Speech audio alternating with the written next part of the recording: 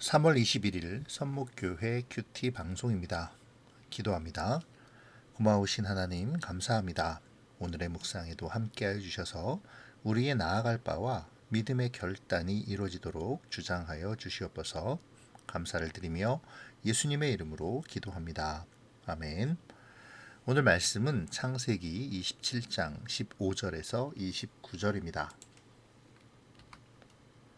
리브가가 집안 자기에게 있는 그의 맏아들 에서의 좋은 의복을 가져다가 그의 작은 아들 야곱에게 입히고 또 염소 새끼의 가죽을 그의 손과 목에 매끈매끈한 곳에 입히고 자기가 만든 별미와 떡을 자기 아들 야곱의 손에 주니 야곱이 아버지에게 나아가서 내 아버지여 하고 부르니 이르되 내가 여기 있노라. 내 아들아 내가 누구냐. 야곱이 아버지에게 대답하되 나는 아버지의 맏아들 에서로소이다. 아버지께서 내게 명하신 대로 내가 하였사오니 원하건대 일어나 앉아서 내가 사냥한 고기를 잡수시고 아버지 마음껏 내게 축복하소서. 이삭이 그의 아들에게 이르되 내 아들아 내가 어떻게 이같이 속히 잡았느냐.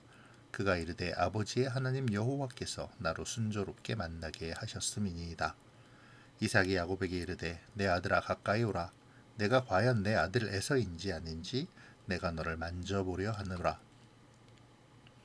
야곱이 그 아들 이삭에게 가까이 가니 이삭이 만지며 이르되 음성은 야곱의 음성이나 손은 에서의 손이로다 하며 그의 손이 형 에서의 손과 같이 털이 있으므로 분별하지 못하고 축복하였더라.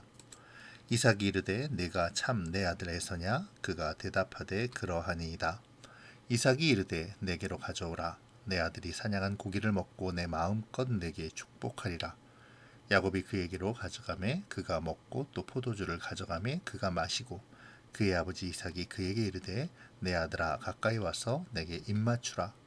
그가 가까이 가서 그에게 입맞추니 아버지가 그의 옷에 향취를 맡고 그에게 축복하여 이르되 내 아들의 향취는 여호와께서 복주신 밭의 향취로다. 하나님은 하늘의 이슬과 땅의 기름짐이며 풍성한 곡식과 포도주를 내게 주시기를 원하노라. 만민이 너를 섬기고 열국이 내게 굴복하리니 내가 형제들의 주가 되고 내 어머니의 아들들이 내게 굴복하며 너를 저주하는 자는 저주를 받고 너를 축복하는 자는 복을 받기를 원하노라. 아멘. 야곱은 형의 장자권을 차지하고자 본격적으로 아버지 이삭을 속입니다. 여기에는 어머니 리브가가 적극적으로 동참하죠. 먼저 리브가는 에서의 의복을 야곱에게 입힙니다. 그리고 염소 새끼의 가죽을 그의 손과 목에 매끈한 곳에 입게 하죠. 눈이 어두운 이삭이 얼굴과 손을 만질 때에 털이 많은 에서처럼 느껴지도록 하기 위함입니다. 또한 별미를 만들어 야곱의 손에 들려줍니다. 이러한 리브가의 조력을 받아서 야곱은 아버지 이삭에게로 나아가 자신이 에서라고 속이며 자신에게 마음껏 축복해 줄 것을 요청하죠. 그러면서 이삭의 의심을 피하기 위해 하나님께서 자신을 도우사 사냥이 순조롭게 이루어졌다고 말합니다. 자신의 이익을 위해 하나님의 이름을 파는 것도 서슴지 않은 모습을 보여주고 있죠.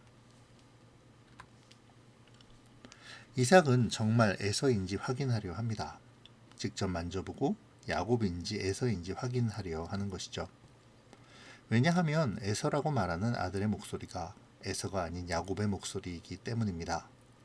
그러나 이미 리브가와 함께 형의 옷을 입고 손과 목에 염소의 가죽을 덮은 야곱을 이삭은 알아보지 못하죠. 그렇게 에서에게 주고자 한 장자의 축복이 야곱에게로 넘어가고 말았습니다. 하나님께서 복을 주시며 약속하신 땅을 얻을 것과 풍성한 곡식과 포도주를 얻게 될 것을 축복하죠. 무엇보다 아브라함에게 주신 하나님의 복이 강조되므로 아브라함으로 말미암은 선민으로서의 은혜의 계보가 이어질 것에 대한 놀라운 축복이 주어집니다.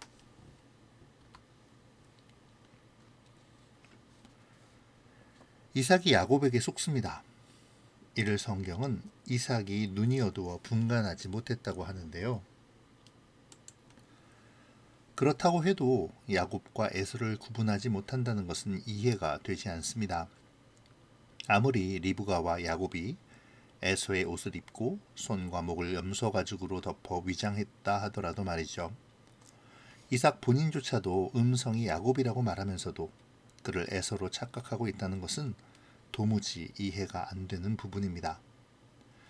그렇다면 눈이 어두웠다는 성경의 표현은 단순히 그가 눈이 어두웠음만을 이야기하는 것이 아니라 이삭의 영적인 상태가 어두워졌음을 말하고 있는 것이라고 할 수 있겠죠. 실제로 이삭의 지금의 모습은 신앙의 모습과는 거리가 있는 모습으로 보여집니다. 그는 하나님의 뜻을 살피지 않고 있죠. 하나님께서는 분명 약속의 계보를 이어갈 자가 야곱임을 이미 야곱과 에서가 태중에서 서로 다툴 때에 알려주셨습니다.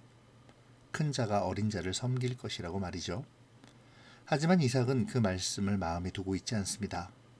단지 에서가 장자이기에 혹은 외향적이고 호탕한 성격 때문에 자신의 가문을 이끌어갈 적임자라고 단정짓고 있을 뿐이죠.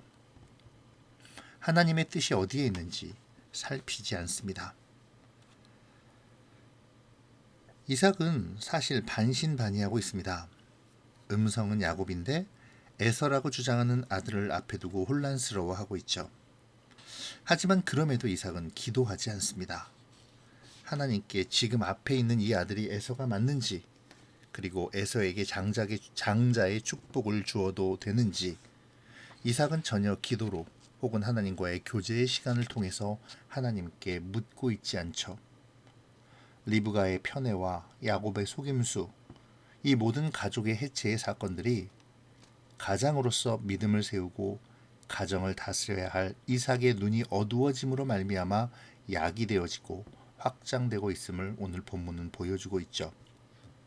어쩌면 가족의 해체와 형제 간의 비극, 그리고 나아가 이스라엘과 에돔의 분쟁은 여기서 출발하게 되었는지도 모르겠습니다. 하나님의 사람이 하나님께 묻지 않을 때 문제가 시작됩니다. 하나님의 뜻을 살피지 않고 하나님의 뜻대로 살지 않으며 하나님의 뜻보다 자신의 뜻과 생각을 내세울 때 문제는 심각해지죠. 오늘 본문의 이삭이 그러합니다. 이삭은 하나님의 뜻을 알려 하지 않고 자신의 생각과 판단을 내세워 에서에게 축복하여 아브라함의 언약이 이어지도록 하려 했습니다. 정작 언약의 당사자이신 하나님의 뜻과는 상관없이 말이죠. 단지 에서가 장자이고 자기가 좋아하는 맛난 고기와 같은 육적인 필요를 공급해주기 때문에 말입니다. 자, 그러면 이제 우리를 생각해 볼 때가 되었습니다. 우리는 어떠합니까? 우리 역시 하나님의 사람으로서 아브라함에게 약속하신 그 약속의 계보를 이어가는 주의 백성으로서 얼마나 하나님의 뜻을 살피고 물으며 나의 삶을 살아가고 있는지요. 혹시 육의 정욕을 만족시키기 위해 주님의 뜻을 살피고 그 뜻대로 살기보다 나의 생각과 판단을 앞세우고 있지는 않습니까? 나는 기도와 말씀으로 하나님의 뜻을 알고자 노력하고 있는지요? 그 뜻대로 살기 위한 능력을 얻고자 하나님께 다시 간구하고 있습니까? 오늘 이삭을 생각하면서 하나님의 사람이 하나님께 묻지 않고 구하지 않을 때의 문제가 생겨남을 반드시 기억해야겠습니다. 그렇다면 야곱은 어떨까요? 어차피 하나님께서 야곱을 통해 하나님의 언약을 이어가시기로 작정하셨으니 야곱이 아버지를 속이는 것은 괜찮은 것일까요? 하나님은 야곱이 거짓과 속임수로 아버지 이삭을 속이고 아브라함의 축복을 얻는 것을 당연하게 여겨 주실까요? 당연히 아니겠죠. 하나님의 뜻은 야곱을 통해 하나님의 언약의 계보가 이어지는 것입니다. 야곱의 입장에서는 하나님의 계보를 잇기 위해 어쩔 수 없이 그 일을 행했다고 항변할 수도 있겠죠. 하지만 그렇다고 해서 거짓과 속임수로 하나님의 일을 이룰 수는 없습니다. 그것은 사탄의 주된 방법이니까요. 실제로 야곱은 아버지와 온전한 관계보다 속여서라도 지금 당장 아버지로부터 얻어낼 수 있는 축복에 관심을 더 두었습니다. 사실 야곱이 정말 자신의 이 속임수를 정당화시키려면 야곱 역시 하나님께 묻고 기도했어야 하죠. 하지만 야곱은 그렇게 하지 않았습니다. 자신의 욕심을 충족시키는 것에서만 온통 관심이 가 있었죠. 이러한 야곱의 모습이 하나님을 아버지라 부르는 우리의 부끄러운 모습은 아닌지 생각해 보아야겠습니다. 이 시간 하나님과 온전한 관계의 사귐보다 하나님께서 주실 수 있는 그 무엇에 더 마음이 빼앗겨 있지는 않는지 우리를 점검해 보는 시간이 되면 좋겠네요. 야곱의 욕심과 욕망은 하나님의 순리를 벗어나게 함으로 에서와 원수가 되고 집에서 떠나 다시는 어머니를 만나지 못하는 결과를 맞이하게 됩니다. 더 나아가 훗날 외삼촌에게 속고 또 결정적으로 아들들이 자신들의 형제이자 가장 사랑하는 아들인 요셉을 애굽의 노예로 팔았음에도 짐승에게 물려 죽였다는 참담한 거짓말을 들어야만 했죠. 이는 리브가도 마찬가지입니다. 자신이 사랑하는 아들 야곱을 위해 남편을 속이고 맏아들을 속인 리브가 역시 자신이 가장 사랑하는 아들 야곱을 다시는 보지 못한 채 죽음을 맞이해야 하죠. 하지만 더 큰 고통은 이 일 이후에 이삭과의 관계, 그리고 무엇보다 큰 아들 에서와의 관계가 리브가를 죽는 날까지 힘들게 했을 것입니다. 갈라디아서 6장 7절은 스스로 속이지 말라. 하나님은 만홀히 여김을 받지 아니하시니 사람이 무엇이든지 심든지 그대로 거두리라 라고 말씀합니다. 하나님은 우리가 속일 수 있는 분이 아니시죠. 우리 자신은 속일 수 있을지 몰라도 하나님은 결코 속일 수 없습니다. 오늘 말씀 속에 야곱과 리브가의 모습을 통해 우리를 묵상해 보죠. 나의 욕심을 따라 나의 이익을 위해 사람을 속이고 나 자신을 속이며 하나님을 속이려 하는 교만함과 어리석음이 우리 안에 있지는 않은지 스스로를 점검하며 온전한 믿음과 온전한 삶을 살기를 간구하는 묵상의 시간이 되어야겠습니다. 속임과 편애 속에서도 하나님의 계획은 이어집니다. 하나님의 뜻이 성취되죠. 야곱과 에서가 태중에 있을 때의 하나님의 선언이 오늘 이삭의 축복으로 이루어집니다. 본문 속의 이삭과 야곱 그리고 리브가는 각기 스스로 주도권을 가지고 자신들의 삶을 만들어가는 듯 보이지만 실제로는 모든 것이 하나님의 계획이 실행되는 과정일 뿐이죠. 그렇다고 해서 각자의 불순종에 대한 결과와 책임이 주어지지 않는 것은 아니지만 말입니다. 여튼 야곱이 받은 축복은 아브라함에게 약속하신 언약을 야곱을 통해 이어가시겠다는 하나님의 절대적인 주권이 실행되고 있음을 보여주는 것입니다. 이삭은 자신의 의지와 상관없이 이 주권에 충실한 전달자가 되고 있죠. 이제 야곱의 후손을 통해 하나님의 언약이 계승될 것입니다. 이삭의 축복처럼 만민을 다스릴 권세와 풍성한 땅의 열매가 야곱과 그의 후손에게 주어지겠죠. 그런데 이러한 복은 속이는 자가 받기에는 너무 과분하지 않나요? 하나님은 왜 야곱을 선택하셨을까요? 에서가 장자권을 경홀히 여겼기 때문이긴 하지만 그가 태중에 있을 때 이미 하나님께서는 야곱의 선택을 말씀하셨기에 그것은 그리 큰 이유가 되지는 못할 것 같습니다. 사실 성경은 왜 하나님께서 야곱을 선택하셨는가에 대하여 그 이유를 말해주지 않습니다.